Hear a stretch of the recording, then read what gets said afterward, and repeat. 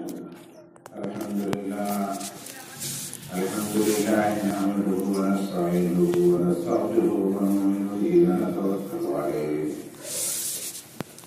ونعوذ بالله من شرور أنفسنا ومن سيئات أعمالنا من يهده الله فلا مضل له ومن يضلل فلا هادي له ونشهد أن لا إله إلا الله وحده لا شريك له ونشهد أن سيدنا وحبيبنا وشفيعنا ومولانا محمدا عبده ورسوله صلى الله تعالى عليه وآله وسلم. اللهم علمنا وراشد أمورنا وأعذنا من شرور أنفسنا ومن سيئات أعمالنا. اللهم صل وسلم. رب اشرح لي صدري ويسر لي أمري واحلل عقدة من لساني رب زدني علما. أما بعد وقد قال الله تعالى في القرآن المجيد والفرقان الحميد أعوذ بالله من الشيطان الرجيم بسم الله الرحمن الرحيم. ما كان للمشركين أن يعبدوا مساجد الله شاهدين على أنفسهم بالكفر أولئك حبطت أعمالهم في الدنيا والآخرة أولئك هم الخاسرون. إنما يعمر مساجد الله من آمن بالله واليوم الآخر وأقام الصلاة وآتى الزكاة ولم يخش إلا الله وأرسل أولئك أن يكونوا من المهتدين. صدق الله العلي العظيم. محترم حضرات، انتہائی خوشی کا مقام ہے کہ آپ رات نے اللہ کا گھر بنانے کا فیصلہ کیا. آپ نے اللہ کا گھر بنانے کا فیصلہ کیا. پورے محلے کے لوگ جڑے. محلے کے علاوہ بستی کے لوگوں نے بھی تعاون کیا. لیکن ظاہر بات ہے کہ بنیادی سوچ تو محلے والوں کی ہی اندرائی ہوگی.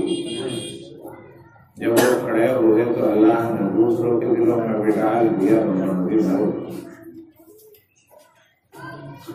تو قابل مبارک بات ہیں وہ لوگ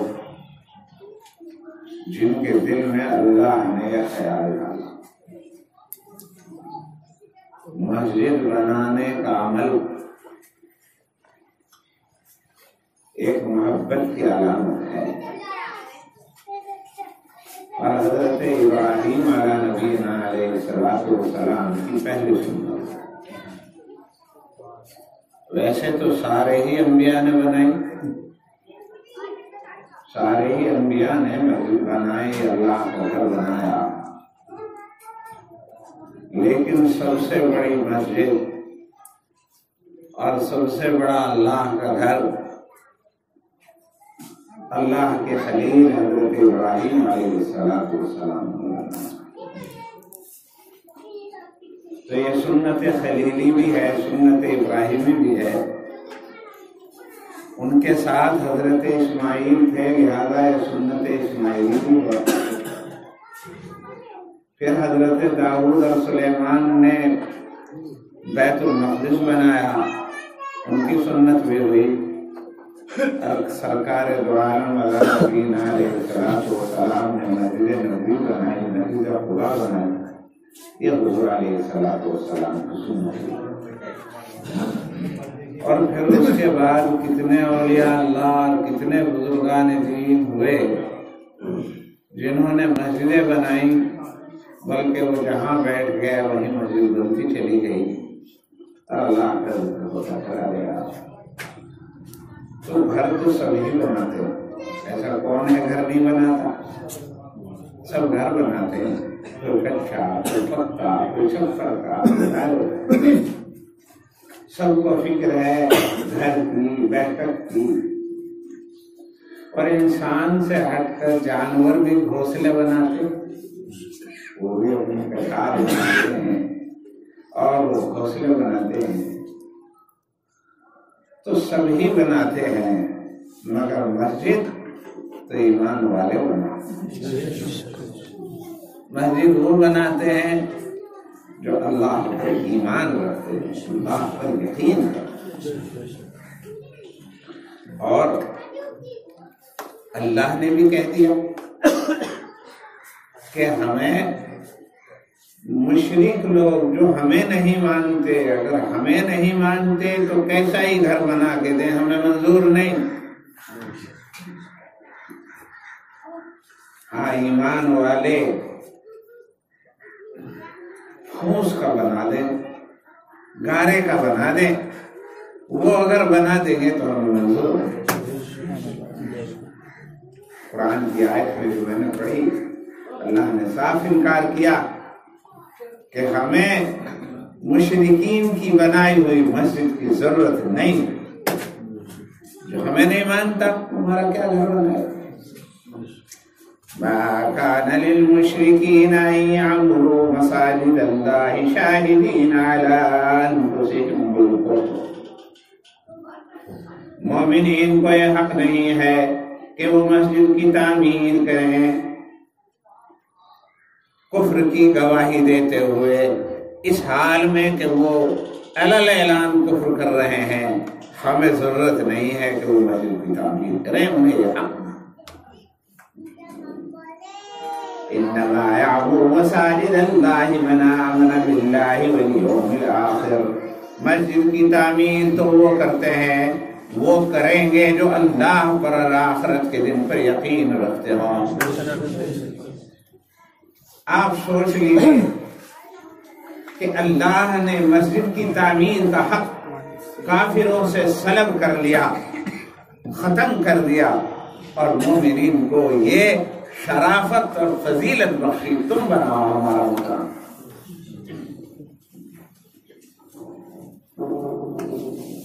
انما يعمر مساجد الله من آمن بالله واليوم الآخر، ہمارا گھر تو وہ بنائیں گے جو ہم پر ایمان رکھتے ہوں، ہم سے محبت رکھتے ہوں، ہمارے اوپر یقین رکھتے ہوں، ہمارے قرآن کو مانتے ہوں، ہمارے نبی کو مانتے ہوں، قیامت کے دن کو مانتے ہوں۔ وہ لوگ جو ہیں ہمارا گھر بنائیں، ہمیں ان کے گھر کی قطعاً ضرورت ہے۔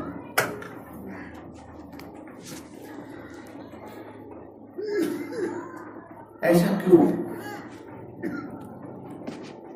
ان کا بنایا ہوا گھر چاہے کتنا ہی خوبصورت ہو، اللہ کو منظور نہیں،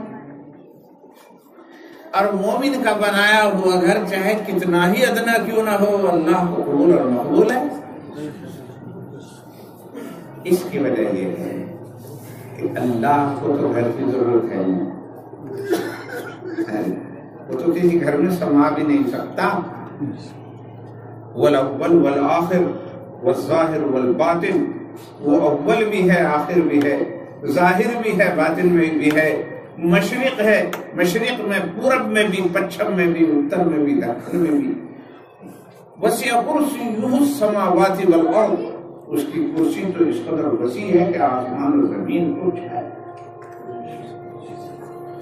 حضور سے پوچھا گیا کہ یا رسول اللہ، اللہ کی کرسی کیسی ہے، کتنی بڑی ہے، جو آسمان و زمینوں کو چھو کا احاطہ کیا۔ حضور نے فرمایا قسم ہے رب ذوالجلال کی، اس تمام آسمان و زمین کی حیثیت اللہ کی کرسی کے مقابلے میں ایسی ہے جیسا کہ ایک بڑے میدان کے اندر ایک انگوٹھی ڈال دی جائے۔ تو ایک بڑے میدان کے اندر ایک انگوٹھی پڑی ہوئی ہو تو کس کی کیا حیثیت ہوتی ہے، وہ دیکھتی بھی نہیں دور سے۔ تو یہ سارا زمین و آسمان اللہ کی کرسی کے مقابلے میں اتنا چھوٹا، جس کی کرسی اتنی بڑی ہے وہ اس چھوٹے سے مکان میں کہاں سنا ہے۔ اللہ کو گھر کی ضرورت نہیں، اللہ تو ورا الورا ہے، وہ تو ہر جگہ ہے، وہ تمہاری شہرت سے بھی قریب ہے، آسمان کی بلندیوں پر بھی ہے اور زمین کی تہوں میں بھی ہے، وہ ہر جگہ ہے اللہ، اللہ ہر جگہ ہے، ہر چیز کی خبر۔ پھر اس کا گھر کیسا؟ جو کہتے ہیں کہ گھر جو ہے یہ اللہ کی ضرورت میں نہیں بنایا گیا، اللہ کی ضرورت میں نہیں گھر بنایا گیا، بلکہ بات یہ ہے کہ اللہ کی محبت کا اظہار ہے، اللہ کی محبت کا اظہار ہے، اس کی اظہار کا ایک طریقہ۔ محبت کہاں ہوتی ہے؟ دل میں۔ اب دل کا کیا پتا کیا ہے دل میں کیا نہیں ہے؟ دل کا کیا پتا دل میں کیا رہتا ہے کیا نہیں رہتا؟ تو دل کی جو باتیں ہیں وہ اظہار چاہتی ہیں، دل کے جذبات اظہار چاہتے ہیں۔ جذبات اور افعال سے دل کی کیفیت کا پتہ چلتا ہے۔ جب کوئی آدمی پانی پلا رہا ہے، اٹھ کے کھڑا ہو جاتا ہے، دیکھ کر کے مسکرانے لگتا ہے، بڑھ کر کے ہاتھ ملاتا ہے، اسے کھانے کو اور پینے کو پوچھتا ہے، تو یہ ساری باتیں دلالت کرتی ہیں اس بات پر کہ دل میں محبت ہے۔ اور اگر دیکھا اور دیکھتے ہی منہ اس کا سڑسا گیا، منہ چڑھا لیا، ادھر کو چلنے کی بجائے ادھر کو چل رہا ہے، پوچھ بھی نہیں رہا ڈھنگ سے، وہ بات کر رہا ہے تو جواب بھی ادھر کو منہ کر کے دے رہا ہے، تو یہ علامت ہے اس بات کی کہ دل میں ناگواری ہے نا۔ تو میرے بھائیوں، محبت یا نفرت کا کچھ پتہ نہیں ہے تو دل میں رہتی ہے، لیکن اپنے افعال سے، حرکات و سکنات سے، زبان کے کلمات سے، چہرے اور مہرے کے انداز سے پتہ چلتا ہے کہ محبت ہے یا الفت، یہ تو اس سے پتہ چلتا ہے۔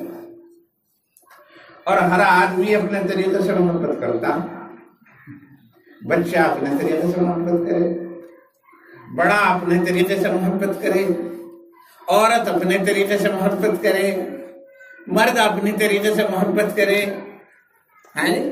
سب کے محبت کرنے کے طریقے الگ الگ۔ آقا ہے، مالک ہے، حاکم ہے، اس کی محبت کا طریقہ اور ہے، غلام ہے، رعایا ہے، کمزور ہے، غریب ہے، اس کی محبت کا طریقہ الگ ہے، محبت کے طریقے الگ الگ ہیں، اس کے اظہار کے الگ الگ ہیں۔ بچہ جو ہے وہ آ کر کے لپٹ گیا اور بات کرنے لگا، میٹھی میٹھی سی بات، ابا یوں، ابا ہوں، ابا کیا لائے، پھلی لائے نہیں لائے، جیب میں ہاتھ ڈالنے لگا۔ یہی اس کی محبت ہے، اس کی محبت کا طریقہ یہ ہے۔ لیکن باپ بھی کیا یوں ہی کرے؟ باپ کا طریقہ یہ ہے کہ وہ پھلی لا کے دیتا ہے، کیلا لا کے دیتا ہے، پھلی لا کے دیتا ہے، جب وہ چمٹتا ہے تو اسے چمٹا لیتا ہے، جب وہ پیسے مانگتا ہے تو پیسے دیتا ہے، جب کھانے کی چیز وہ کھلا کر کے محبت کا اظہار کرتا ہے، اور یہ بچہ کھا کر کے محبت کا اظہار کرتا ہے۔ عورت کی محبت کا طریقہ کچھ اور ہوگا، اور شوہر کی محبت کا طریقہ کچھ اور ہوگا، ایک حاکم کی محبت کا طریقہ اور ہوگا، اور ایک غلام کی یا رعایا کی محبت کا طریقہ اور۔ ایک بڑا آدمی جو سڑک بنانے پر، پل بنانے پر، یہ کرنے پر، وہ کرنے پر قادر ہے، وہ اگر ہمارے ہاں آئے تو ہم چائے تو ہم ہی پلا دیں گے، پانی تو ہم ہی کھلا دیں گے، کھانا تو ہم ہی کھلا دیں گے، پنکھا تو ہم ہی کر دیں گے۔ یہ کام ہماری محبت کے اظہار کے ہیں، لیکن وہ اگلاؤ میں بھی تمہیں پنکھا ہی کر دوں، لیکن اور کچھ کرنے کے دینے کا نہیں، تو اس کی محبت نہیں۔ اس کی محبت کا طریقہ یہ ہے کہ وہ سڑکیں بنواوے، راستے بنواوے، نالیاں بنواوے، کھمبے لگواوے، پل بنواوے، اس کی طریقہ۔ تو سب کی محبت کا طریقہ الگ ہے۔ تو اب یہ بندہ بھی اللہ سے محبت رکھتا ہے، مومن اللہ سے محبت کرتا ہے، اور کہتا ہے میں ساری دنیا سے منہ موڑ کر صرف تیری طرف آیا، لا الہ الا اللہ، انی وجہت وجہی للذی فطر السماوات والارض حنیفا، میں نے چاروں طرف سے منہ موڑ لیا ہے اور صرف ایک اللہ کی طرف اپنے رخ کو کر لیا، ساری دنیا سے صرف تجھ پر ایمان لایا ہوں اور تجھے حاجت روا سمجھتا ہوں. تو ہی مالک ملک ہے, تو ہی مالک کائنات ہے. اے اللہ میں تجھے اپنا رب مانتا ہوں, اپنا حاکم مانتا ہوں, اپنا مولا مانتا ہوں. اے رب ذوالجلال میری اس تابعداری کو اور فرمانبرداری کو قبول فرما. اس کا نام ہے ایمان.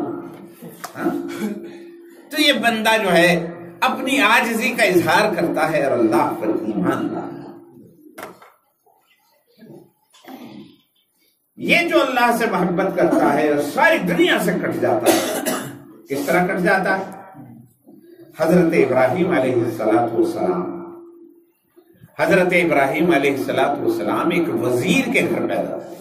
وزیر کے گھر میں, اور وزیر بھی وہ تھا جو بادشاہ کے یہاں سب سے زیادہ قابل اعتبار تھا. اور بادشاہ بہت بڑا بادشاہ, بہت بڑا بادشاہ, جس کی بڑائی کا معاملہ یہ ہوا کہ اس نے اپنے بڑائی کے زور میں آ کر خدائی کا دعویٰ نے کہا کہ میں خدا میں حاکم ہوں.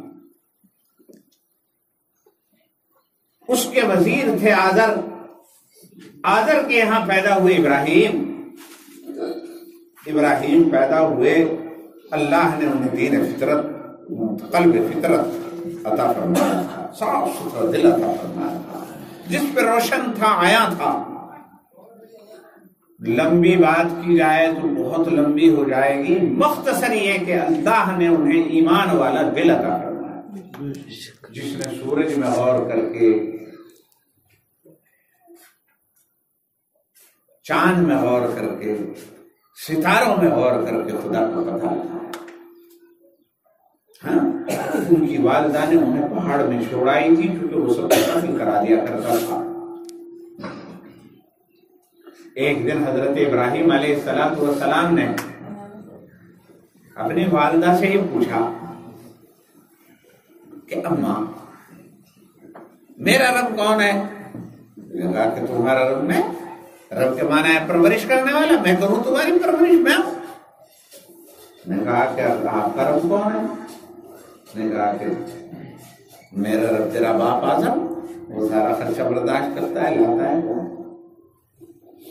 نے کہا کہ ان کا رب کون؟ نے کہا ان کا رب بادشاہ ہے وقت, جس کی وہ نوکری کرتے ہیں, جہاں سے انہیں سب کچھ ملتا ہے, نمرود. نے کہا اس کا رب کون ہے؟ تو اب یہاں تک تو جواب دیتی جا رہی تھی ماں.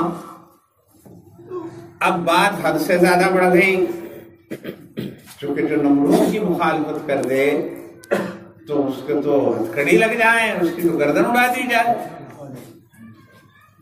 تو ماں بچے کی فطرت کے اندر, اس کی جو فطرت سلیمہ تھی, جو سوالات کرا رہی تھی, اس نے سوچا کہ یہ تو بہت دور تک بڑھ گئی بات. تو اس نے ماں نے اسے ایسی باتیں نہیں کیا تھا, نمرود تو کرا آگے نہیں ہوا.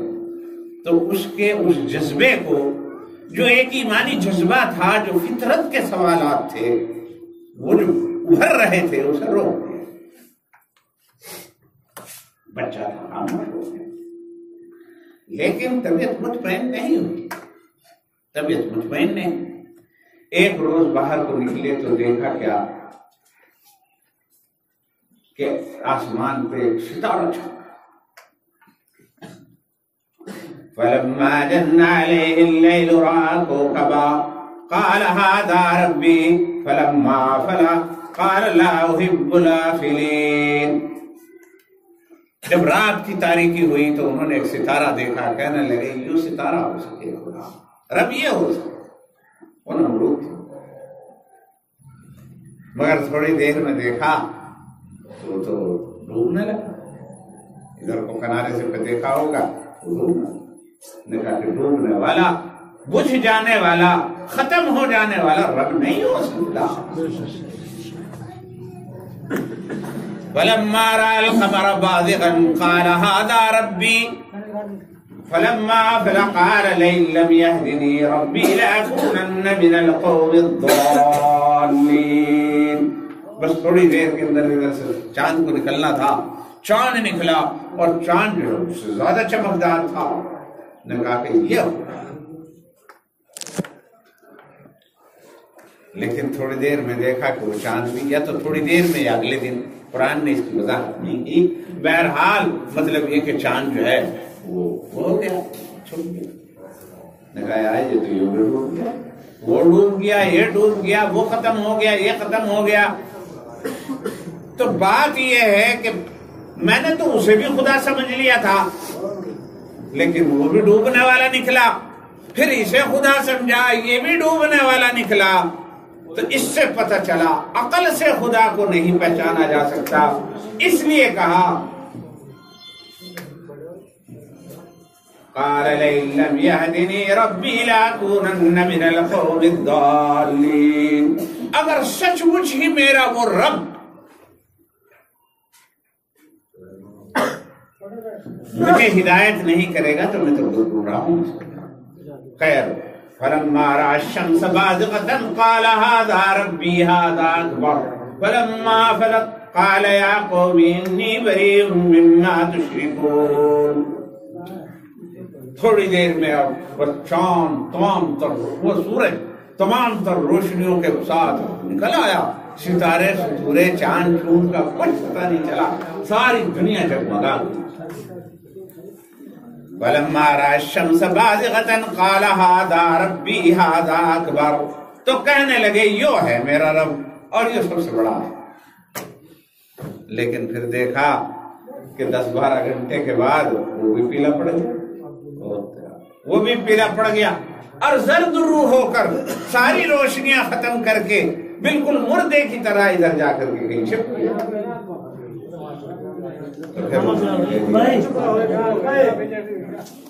بیٹھ جاؤ بھائی، تو آگے آگے ہو جاؤ بھائی، تھوڑا آگے آگے ہو جاؤ. فلما أفلت قال يا قوم إني بريء مما تشركون.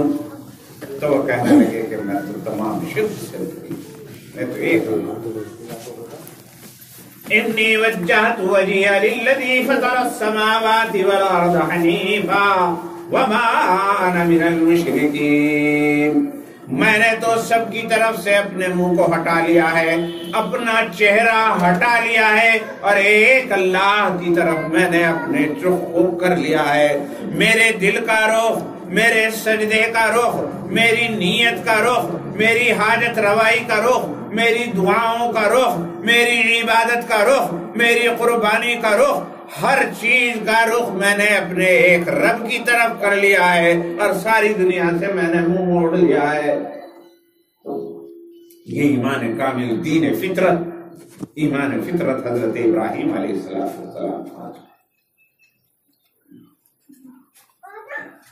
مختصر سی بات یہ کہ حضرت اس کامل ایمان کے ساتھ حضرت ابراہیم علیہ السلام کو ان کا پتہ چلا کہ ابراہیم الٹی سیدھی باتیں کر رہے ہیں، نمرود کے خلاف بات کر رہے ہیں. نمرود کے خلاف کوئی بھی بات نہیں کر سکتا تھا. ایک دن باپ نے یوں سمجھا کہ صاحب مطلب اگر میں نہیں اسے پکڑ کے لے جاؤں گا تو میں بھی باغی کہلاؤں گا.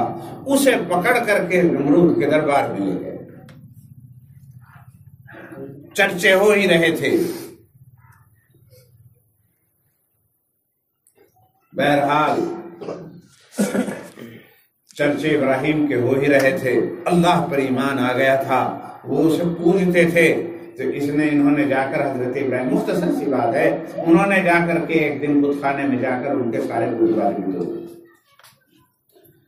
پھر ان کے ہاں حاضری ہوئی، بلایا گیا، پکڑا گیا، وہاں لے جایا گیا. جب لے جائے گئے تو نمرود نے کہا کہ وہ کون سا رب ہے جس رب کی تو ہمیں دعوت دیتا ہے، جس رب کے بارے میں بلاتا ہے؟ قرآن کہتا ہے أَلَمْ تَرَ إِلَى الَّذِي حَاجَّ إِبْرَاهِيمَ فِي رَبِّهِ أَنْ آتَاهُ اللَّهُ الْمُلْكَ إِذْ قَالَ إِبْرَاهِيمُ رَبِّيَ الَّذِي يُحْيِي وَيُمِيتُ قَالَ أَنَا أُحْيِي وَأُمِيتُ. تو نمرود نے کہا وہ کون سے خدا کی دعوت دیتے پھرتے ہو تم؟ کون ہے وہ تمہارا خدا؟ نے کہا میرا خدا وہ ہے جو زندہ کرتا ہے اور مار دیتا ہے۔ اب زندہ کرنے کا مطلب یہ تھا کہ جو بے جان چیز ہے اس میں روک پھونک دے، یہ زندہ کرنے کا مطلب، اور جو جاندار ہے تو اس کی روح کو سلب کر لے، اس کی روح کھینچ لے، یہ مارنے کا مطلب۔ تو حضرت ابراہیم نے کہا میرا پروردگار وہ ہے جو زندہ بھی کر دیتا ہے، جان ڈال دیتا ہے اور جان نکال بھی لیتا ہے، مطلب یہ۔ لیکن نمرود اتنی باریک بات کو نہیں سمجھا اور اپنی رعونت نے اسے سمجھنے نہیں دیا۔ اس نے کہا یہ تو میں بھی کروں، تو میں بھی کر دوں، میں بھی زندہ کر دیتا ہوں، میں بھی مار دیتا ہوں۔ دو آدمیوں کو بلایا، ایک وہ جو مجرم تھا جسے پھانسی کی سزا ہونی تھی اسے کہہ دیا تم آپ، اور ایک دوسرے کو جو کوئی خطا تھا اسے کہہ دیا اس کی گردن مار دو۔ میں کہا دیکھو اسے میں نے چھوڑ دیا، اسے زندہ کر دیا، اسے مار دیا۔ حالانکہ حضرت ابراہیم کا مقصد یہ نہیں تھا زندے کو زندہ چھوڑ دینا، زندگی دینا نہیں ہے۔ زندگی دینا تو یہ ہے کہ بے جان کو جاندار کر دے، مٹی میں جان ڈال دے، یہ تھا مردے میں جان ڈال۔ مگر اس نے اپنی کٹ دھرمی اس سے ہٹ دھرمی سے الٹی بات سمجھ لی۔ تو حضرت ابراہیم علیہ السلام نے سمجھا کر یوں نہیں ماننا۔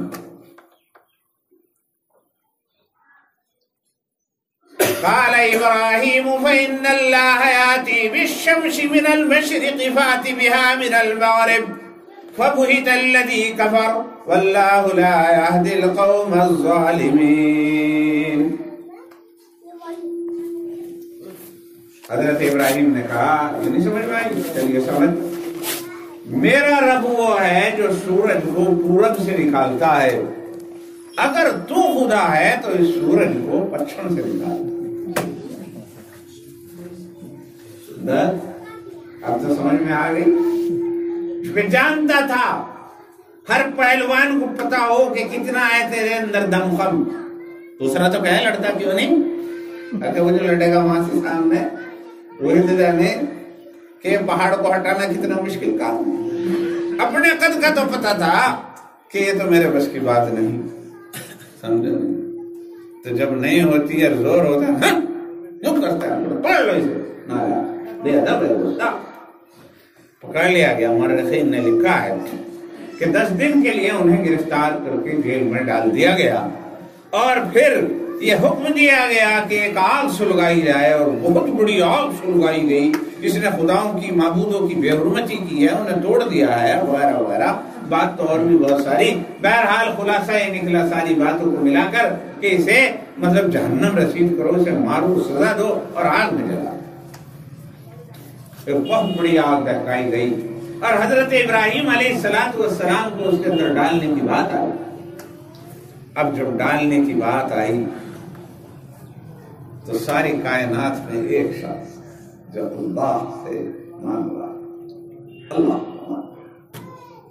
سارے نمرود کے چاہنے والے، سارے خدا کے باغی، سارے خدا کے نافرمان، سارے خدا کا انکار کرنے والے، اس پوری کائنات کے اندر اگر ہے کوئی تو صرف ایک ابراہیم ہے جو اللہ سے محبت رکھتا ہے، اللہ سے تعلق رکھتا ہے، اللہ پر ایمان لاتا ہے، اور اللہ پر ایمان لانے کی وجہ سے اس نے نمرود سے بگاڑ لی ہے، اپنے باپ سے بگاڑ لی ہے، وزارت چھوڑ دی ہے، کرسی چھوڑ دی ہے، کوٹھی چھوڑ دی ہے، سواریاں چھوڑ دی ہیں، روپیہ پیسہ چھوڑ دیا، سب کچھ چھوڑ دیا۔ ورنہ نمرود کی مان لیتے تو باپ کی طرح وزیر بن جاتے، باپ کی طرح مکانات اور محلات میں رہتے، روپے پیسوں کے انبار لگاتے، جو چاہے کرتے، عیش کرتے، عشرت کرتے، اور صاحب خادم اور غلام اور باندیاں آگے پیچھے پھرتی، مگر ساری چیزوں کو لات مار دی ابراہیم نے محبت خدا ہوتی۔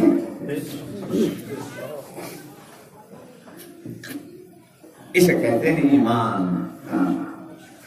تو مسجد بنانے کا حق انہیں ہے جو ایمان والے ہیں۔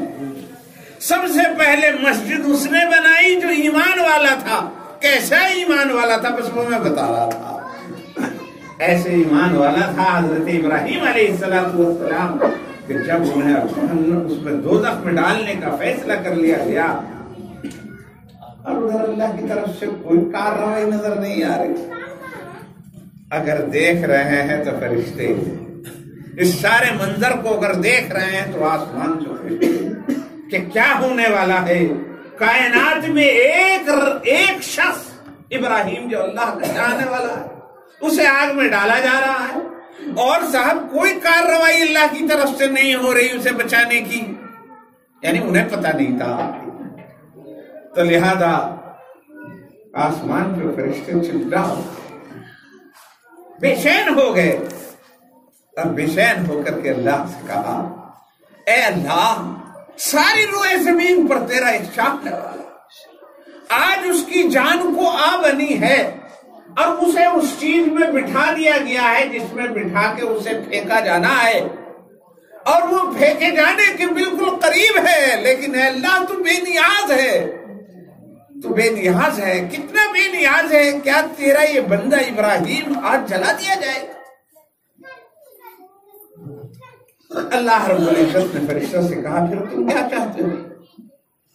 کہا کہ اے اللہ، اس کی مدد ہونی چاہیے.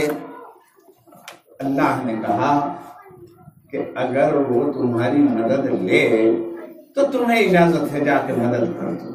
تمہیں سب کو اجازت ہے. اگر وہ تمہاری مدد لینا چاہتا ہے تو جا کر کے اس کی مدد کر دو.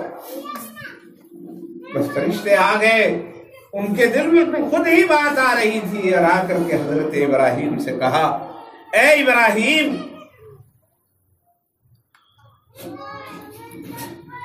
میں ہواؤں کا فرشتہ ہوں. اللہ نے مجھے ہواؤں پر مقرر کیا ہے. اگر آپ اجازت دیں تو میں ہواؤں کو حکم دوں سے ساری آگ کو لے جا کر سمندر میں ڈال دیں گی اور سارا ملک جائے. پھر یہ کہہ دیا. دوسرا فرشتہ آیا اور اس نے کہا کہ اے ابراہیم، میں بادلوں کا اور بارش کا فرشتہ ہوں. اللہ نے مجھے بارش اور بادلوں پر مقرر کر رکھا ہے. آپ اجازت دیں میں ابھی بادلوں کو حکم دوں وہ بارش برسائیں اور ساری کو بجا دیں. جانے کے لیے حضرت ابراہیم علیہ السلام نے فرمایا، اے میرے ہمدرد فرشتوں، تم یہ بات اپنی طرف سے کہہ رہے ہو، تمہیں اللہ نے بھیجا، تمہیں اللہ نے یہ حکم دے کر کے بھیجا ہے کہ ایسا کر دو. نے کہا نہیں، یوں تو نہیں بھیجا کہ ایسا کر دو. یوں کہا، ابراہیم اگر تمہاری مدد لینا چاہتے ہیں تو مدد کرو، جاؤ تمہیں.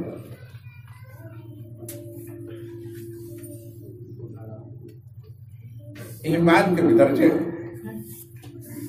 یہاں ابراہیم کے اعلیٰ ایمان کا پتہ چلتا ہے. حالانکہ یہ بھی کوئی بری بات نہیں تھی. اللہ کے بھیجے ہوئے فرشتے، اجازت تو اللہ ہی نے دی، ان سے اگر مدد لے لی جاتی تو کیا حرج تھا. مگر ابراہیم نے کہا، اللہ دیکھ نہیں رہے، اللہ دیکھ رہے. اللہ مجھے، یہ عالم ناز کی بات ہے، یہ عالم ناز کی بات ہے جو ہر ایک کے لیے روا نہیں ہوتی. یہ جیسا درجہ ہوتا ہے ویسی ہوتی ہے.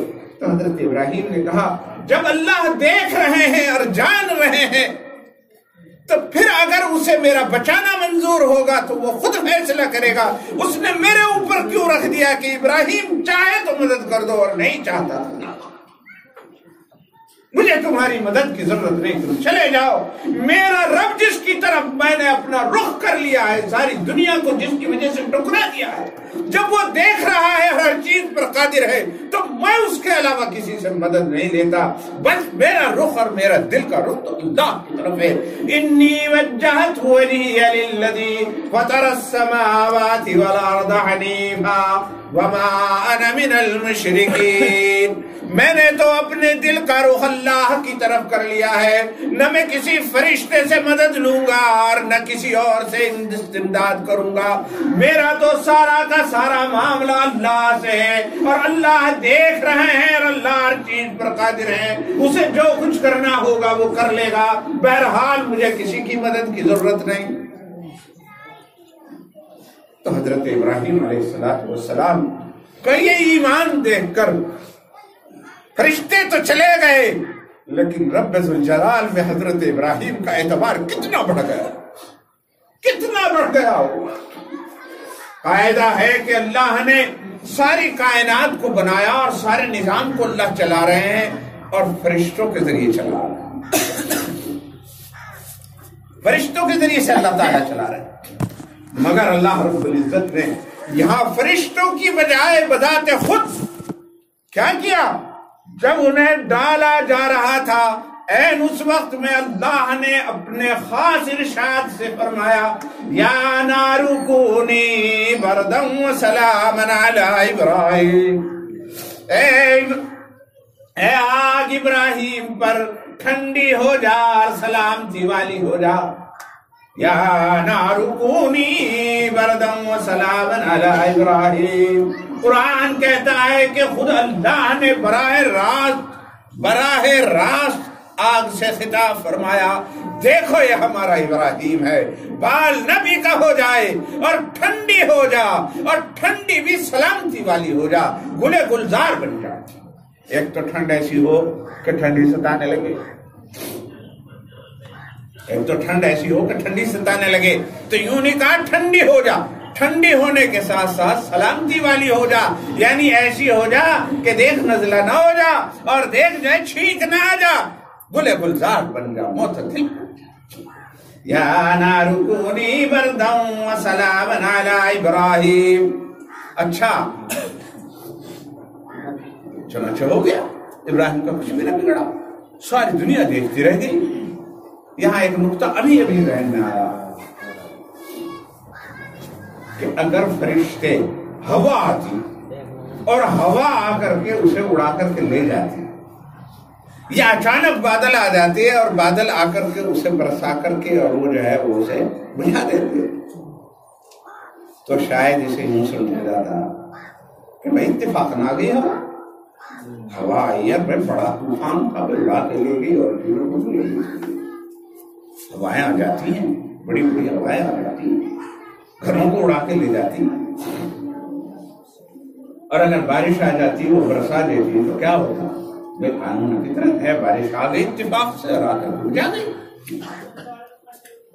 لیکن نہ بارش آئی نہ ہوا آئی، نہ وہ بڑے بڑے انگارے اٹھ کر کے کہیں جا کر کے گرے، نہ ان پر بارش کا طوفان آیا، بلکہ دیکھا گیا کہ دہکتی ہوئی آگ گلو گلزار بن گئی۔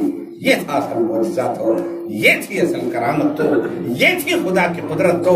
نہ آگ گئی نہ بارش برسی اور نہ ہوا آئی نہ اڑا کے لے گئی، آگ بھی وہی ہے اور دودے بھی وہی ہیں، دہک بھی وہی رہے ہیں، لپٹ بھی وہی ہے، لیکن کیا بات ہے کہ ابراہیم نہیں جل رہا، کوئی نئے بات اللہ کو یہ دکھانا تھا، یہ معجزہ دکھا تو اب پتہ چلا کہ یہ ہواؤں کا کمال نہیں اور یہ بارش کا کمال نہیں، بلکہ یہ کمال ابراہیمی ہے کہ اس کا رب اس سے اتنی محبت کرتا ہے کہ جو اللہ نے قانون بنایا ہے کہ آگ جلاتی ہے اس کو اس کے قانون سے الگ کر دیا، اور صاحب بجائے آگ جلانے کے وہ سلامتی اور رحمت کی چیز۔ جب اس منظر کو دیکھا بہت سارے لوگ مسلمان ایمان لے آئے، کچھ لوگ ایمان لے آئے، جب ایمان لے آتے ہیں تو ہونا تو چاہیے یہ تھا جس کی قسمت میں تھا وہ ایمان لے آیا، جس کی قسمت میں نہیں تھا وہ ایمان لے آیا۔ تو اب کیا، لیکن ان کے اور بھی امتحان کرنے تھے، کچھ زیادہ کہیں بات ختم کر دیں، بہرحال کہو تو تھوڑی سی بات اور سناؤں؟ ہاں ہاتھ اٹھا کے بتاؤ کس کس کا جی چاہ رہا؟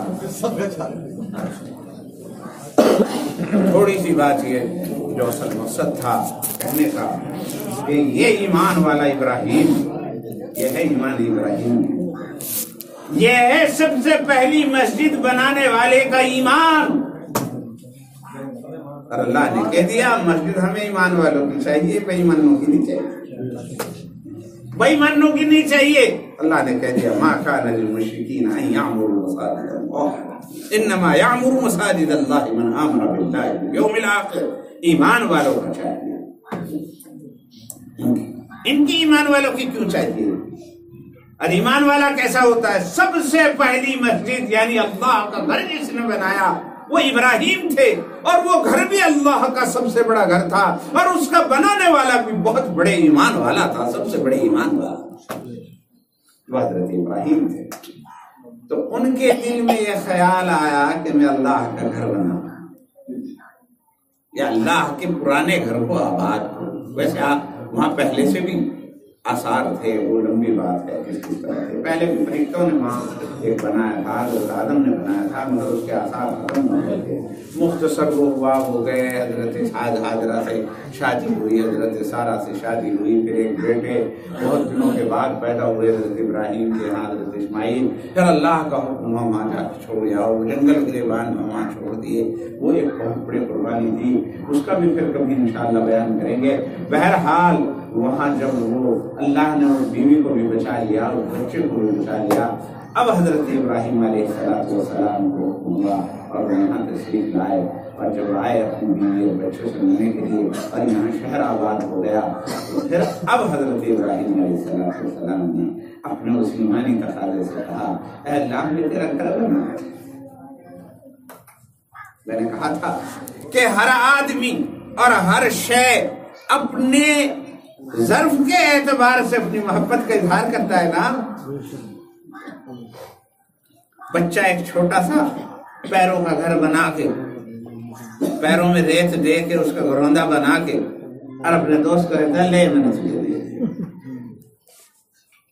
اس کے اعتبار سے بڑا احسان کر دینا، بہت بڑا احسان کر دینا اس بچے نے، اس کی سمجھ بھی ہے اور اس کے اعتبار سے وہ احسان بھی ہے۔ تو اللہ وراء الورا، اللہ وراء، اسے مکان کی ضرورت نہیں، مگر ایک ایسا چاہنے والا ابراہیم جو انسان ہے، اور انسان کو گھر کی ضرورت ہے، انسان کو گھر کی ضرورت ہے، تو اس نے پیار میں کہا ہے اللہ میں تیرا گھر بنانا چاہتا ہے۔ جس طرح آپ کے دل میں خیال آیا، ابراہیم کے دل میں بھی خیال آیا کہ اللہ میں تیرا گھر بنانا چاہتا ہوں۔ اللہ کہتے ہیں کہ ابراہیم ہمیں گھر کی ضرورت نہیں، لیکن تم بناتے ہو تو تمہاری محبت کے تقاضے کو ہم جانتے ہیں، ہمیں یہ منظور ہے، تم بناؤ، ہم اسے قبول کرتے۔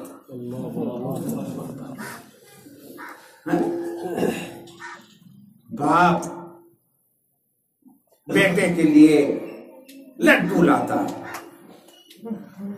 اب وہ ننھا سا منا بچہ باپ سے لڈو لے لیتا ہے، کلاؤ لایا باپ، پیسے باپ نے دیے، اور وہ کہتا لاؤ میرا لڈو، اور وہ اس سے لڈو،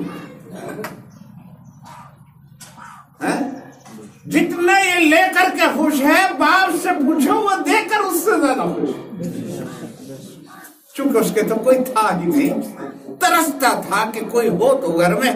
بہت دنوں کے بعد ایک بچہ پیدا ہوا، تو اب یہ دے کر میں بھی اس سے زیادہ خوش ہے جتنا لینے والا لے کر کے خوش ہے۔ یہ وہ اسی پہ خوش ہے کہ اللہ میاں نے مجھے لینے والا۔ اب پھر وہی باپ اس بچے سے کہتا ہے بیٹا ہمیں بھی دے دو ذرا سا، ہمیں بچوں سے میں نہیں دیتا۔ اس ادا پر بھی باپ کو غصہ نہیں آتا کہ ہماری ہی دی ہوئی چیز کو یہ دینے سے انکار کرو۔ پھر بچے کے دل میں خیال آتا ہے اور اس میں سے اتنا سا توڑتا ہے، اتنا سا، اور اتنا سا توڑ کر باپ کے ہاتھ پہ رکھ دیتا ہے، لو اچھا ابا، اور باپ اسی کو لے لیتا ہے اور لوگ یوں کرتا ہے اور کہتا ہے کہ میرے بیٹے جیتا رہو، اتنا جیتا رہو۔ جانتا ہے کہ اس کی محبت کا تقاضا صرف اتنا سا کہ یہ مجھے اتنا سا دے سکتا ہے، تو یہ بھی اس کی لائق مندی کی بات ہے کہ اس نے مجھے اتنا سا دیا، ورنہ اسی کا تو دیا ہوا، اسی کا تو دیا ہوا تھا، سارا کا سارا دیا ہوا تھا۔ وہ ناراض نہیں ہوتا اس بات پر، اتنا سا دیتا ہے اور اسے لے میرے بچے جیتا اور وہ اتنا بڑا ہو، تو میرے بزرگوں اور میرے دوستوں، حضرت ابراہیم نے بھی پیشکش کر دی، اگرچہ اللہ کو ضرورت نہیں تھی، لیکن اللہ نے کہا کہ یہ میرا بندہ ہے، گھر بناتا ہے، گھر میں رہتا ہے، یوں سوچتا ہے کہ گھر بڑی چیز ہے، لہذا کہا کہ اے اللہ میں تیرا گھر بنانا۔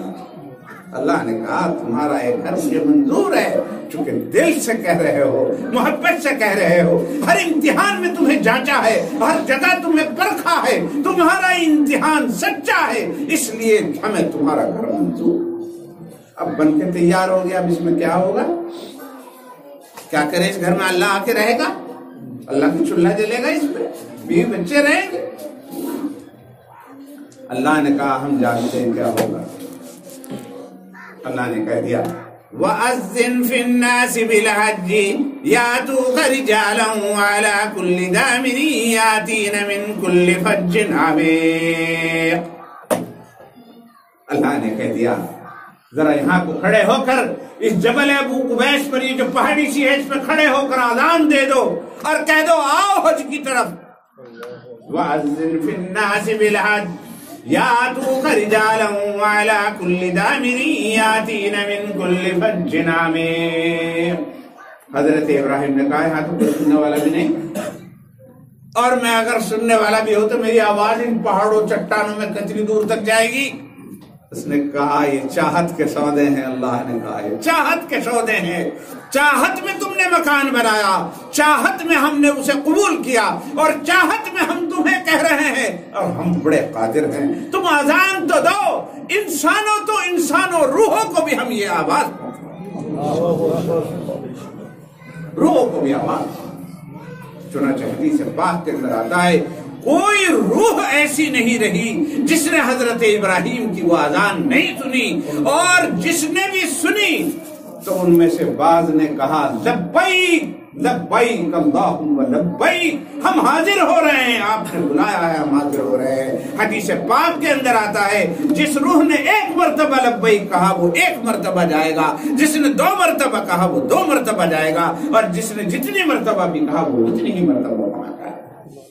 اللہ وہ قادر ہیں، اور یہ ابراہیم کی یہ مسجد، ابراہیم کی یہ دعا اور ابراہیم کی یہ آواز اللہ نے اس قدر قبول فرمائی کہ انسانوں مشرق اور مغرب سے لے کر کے روحوں تک اللہ نے یہ بات فرمائی۔ اور پھر کیا ہوا؟ جی ہاں آ جائیں گے، پہنچوا دی۔ يَأْتُوكَ رِجَالًا وَعَلَى كُلِّ ضَامِرٍ يَأْتِينَ مِنْ كُلِّ فَجٍّ عَمِيقٍ۔ لوگ پیدل بھی آئیں گے، سوار ہو کر کے بھی آئیں گے، سواریوں پر بھی آئیں گے، پہاڑوں کو چیرتے ہوئے جہازوں میں آئیں گے، ہواؤں کے اوپر تیرتے ہوئے جہازوں میں۔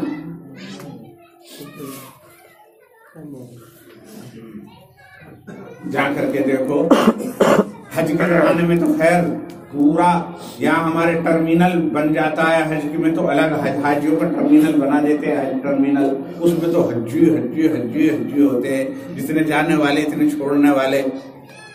تو سب حج ٹرمینل سے گئے حج وج کے لیے، تو ہے ہی بس موسم چاروں طرف سے جا رہے، لیکن عمرے کے لیے گئے انٹرنیشنل ہوائی اڈا پر، اندرا گاندھی ہوائی اڈا جو ہے وہاں، تو پہلے تو یہ خیال تھا بھائی ہم ہی ہوں گے بس، لیکن جب اندر پہنچے اور جہاز میں سواری کا معاملہ آیا اور احرام باندھا تو دیکھا بہت بڑی تعداد کے اندر اور روزانہ جا رہے ہیں، ہم روزانہ جا رہے ہیں۔ ہم نے پہلے تو یہ سوچا جب حج کو گئے تھے کہ بھئی حج میں ہی یہ بھیڑ بھاڑ ہے، لیکن پھر بعد میں گئے، جب بھی گئے اللہ نے کئی مرتبہ موقع دیا، 5 مرتبہ جب بھی گئے تو وہاں اتنی ہی بھیڑ تھی، کچھ کم ہو گئی، کچھ تو فرق ہو۔ یہ تھی وہ دعا ابراہیمی، یاتین من کل فج عمیق۔ بعض راستے تو ایسے ہیں جو چلنے کی وجہ سے گھس جائیں گے اور اٹھنیاں بوڑھی اور مطلب یہ کہ جھک جائیں گی، لیکن تیرے پاس یہاں سے اس طرح کی زیارت کے لیے آئے۔ اگر اللہ نے کہا اے ابراہیم تیری اس محبت کا صلہ یہ ہے، تجھے تو جو ہے ہی کہ ہم نے تجھے اپنا خلیل بنا لیا، لیکن جو اس گھر میں آئے گا تیرے بنائے ہوئے اس بیت اللہ میں آئے گا ہم اس کی بھی مغفرت فرما دیں گے. وہ ایسا واپس جائے گا جیسے ماں کی مطلب یہ کہ ماں کے پیٹ سے پیدا ہوا اسے بھی ہم اتنا نوازیں گے. تو میرے بزرگوں یہ تھا ایمان اس شخص کا جس نے پہلی مسجد بنائی اور یہ تھی اس مسجد کی مقبولیت کہ جو وہاں چلا جاتا ہے وہ بھی ایمان لے کر کے آتا ہے اور مطلب یہ کہ بالکل پاک صاف ہو کر کے آتا ہے. بس میں نے تو یہاں سے بات شروع کی تھی کہ مسجد جو ہے اللہ نے قرآن میں اعلان کریا کہ ہم کافروں سے نہ ماننے والوں سے جو ایمان نہیں رکھتے ہمیں ان کی مسجد کی ضرورت نہیں اور جو ایمان والے ہیں ہمیں ان کے مسجد کی ضرورت ہے. اور سب سے پہلی مسجد جو بنائی اس کا ایمان ایسا تھا. تو اللہ کا بہت بڑا احسان ہے کہ آپ سے اللہ رب العزت نے سنت ابراہیمی کے قیام کی بات رکھی اور اللہ تبارک و تعالیٰ نے آپ کے دل میں یہ بات ڈالی کہ ہم اللہ کا گھر بنائیں. یہ علاقہ آبادی پھیل رہی ہے, یہ نماز پڑھنے کہاں جائے گی, یہ اللہ کا ذکر کرنے کہاں جائے گی, اس کا خیال تمہارے دل کے اندر ڈالا تو اس بات کا پتہ چلتا ہے کہ آپ سے اللہ کو خصوصی پیار ہے. اللہ رب العزت نے آپ کو اس کی توفیق بخشی کہ آپ اللہ کا گھر بنا رہے ہیں. یہ ایمان والوں کی علامت ہے اور اللہ کی محبت کے اظہار کا طریقہ ہے, چونکہ محبت اظہار چاہتی ہے, محبت اظہار چاہتی ہے. اگر دل ہی دل میں ہو اور اس کا اظہار نہ ہو تو پتہ نہیں چلتا. پتہ چلتا ہے کوئی پانی پلا رہا ہے, کوئی کھانا کھلا رہا ہے, کوئی نذرانہ دے رہا ہے, کوئی بلا کے لے جا رہا ہے, ہنس کے مل رہا ہے. انہی چیزوں سے پتہ چلتا ہے دل میں محبت ہے. تو ہم کیسے کہیں ہمیں اللہ سے محبت ہے, ہم اللہ پر ایمان رکھتے ہیں. کچھ تو علامت ہو. ہمارے گھروں میں ایک اللہ کا گھر بھی ہو, ہماری آوازوں میں ایک اللہ کے گھر کی آواز بھی ہو, ہمارے کاموں میں ایک اللہ کے گھر میں جانے کا کام بھی ہو, ہماری باتوں میں اللہ کے کلام کی بات بھی ہو. تو تب پتہ چلے گا کہ ہاں یہ کہیں بھی رہے یہ اللہ کے ساتھ وابستہ رہتے ہیں, اللہ کے ساتھ جڑے رہتے ہیں, اللہ کے ساتھ تعلق رکھتے ہیں. گھر ہیں, گھر بنا رہے ہیں لیکن اپنے ہی اپنے نہیں, اللہ کا گھر بھی بنا رہے ہیں, اللہ کا گھر بھی بنا رہے ہیں, کام کر رہے ہیں مگر ویسے ہی ویسے نہیں, نماز پڑھنے کا کام بھی کر رہے ہیں, آوازیں لگا رہے ہیں, ہانک لگا رہے ہیں, جانور کو ہانک, آدمی کو ہانک, بیٹے کو ہانک, بیوی کو ہانک. لیکن کبھی کبھی یہ جو ہے اللہ کی ہانک بھی لگاتے ہیں, اذان کہتے ہیں یا اذان کا جواب دیتے ہیں یا اذان کی طرف دوڑ پڑتے ہیں. تو یہ علامتیں ہیں اس بات کی کہ ہم دنیا ہی کے اندر مشغول نہیں بلکہ ہم دنیا کے اندر مشغول رہ کر کے بھی اللہ سے ہمارا تعلق ہے. اسی کو کہتے ہیں وہ میں رہا رہی نے ستم آئے روزگار, لیکن تمہاری یاد سے غافل نہیں رہا. میں دنیا میں لگا رہا مگر تمہیں یاد کرتا رہا. جب خرچے کی بات آئی تو اپنے خرچے میں نے پہلے لگا لیا کہ اتنے پیسے مجھے وہاں لگانے, اتنے وہاں لگانے, اتنے وہاں لگانے, اتنے اللہ کے گھر میں, اللہ کے نام پر لگانے. تو میرے بزرگوں بس بہرحال آپ کو تو اللہ نے قبول فرمایا, بڑی مبارک بات ہے. آپ نے اللہ کا گھر بنایا, یہاں آپ آیا کریں گے. یہاں آپ جب بنایا ہے, جب آپ نے لاکھوں روپے لگائے ہیں اور ابھی تو لاکھوں ہی لگے ہیں, اس سے بھی زیادہ بہت سارے لگنے ہیں, ابھی تو اس کی تعمیر ہے, یہ ہے وہ ہے. جب آپ نے اتنا ارادہ کیا ہے تو صرف یہ دکھانے کے لیے تو ہے نہیں, یہ کوئی پنچایت گھر تو ہے نہیں, یہ کوئی آپ نے پارک تو نہیں بنایا, یہ تو اللہ کے ذکر کے لیے بنایا. انشاءاللہ یہاں آپ آئیں گے بھی اور یہاں نماز بھی پڑھیں گے, یہاں ذکر اللہ بھی کریں گے اور یہاں جو ہے مطلب یہ کہ آپ کے بچے قرآن شریف کی تلاوت بھی کریں گے, آپ بھی پڑھیں گے. امام رہے گا تو کچھ نہ کچھ بچوں کو بھی پڑھائے گا, اس سے آپ کے گھروں میں قرآن جائے گا, کلمہ جائے گا, نماز جائے گی. آپ اس سے محبت کریں گے, آپ کو آپ سے محبت کرے گا. اور بھائی مطلب یہ کہ اسی طرح اللہ تبارک و تعالیٰ کی طرف سے قبولیت ہوگی اور اللہ تبارک و تعالیٰ آپ کے گھروں میں بھی برکت کریں گے, رزق میں بھی برکت کریں گے, صحت میں بھی برکت کریں گے. اللہ رب العزت مجھے اور آپ کو سب کو سمجھنے کی اور اخلاص کے ساتھ کام کرنے کی توفیق عطا فرمائے. نصیب آپ کی بن گئی, امام صاحب آپ کے آ گئے اور نماز اب سے شروع ہو جائے گی. اور بھائی بہت بڑا کام ہے, بہت بڑی بات ہے, میں نے آپ کو اچھی طریقے سے سمجھا دیا. اللہ تبارک و تعالیٰ توفیق دے.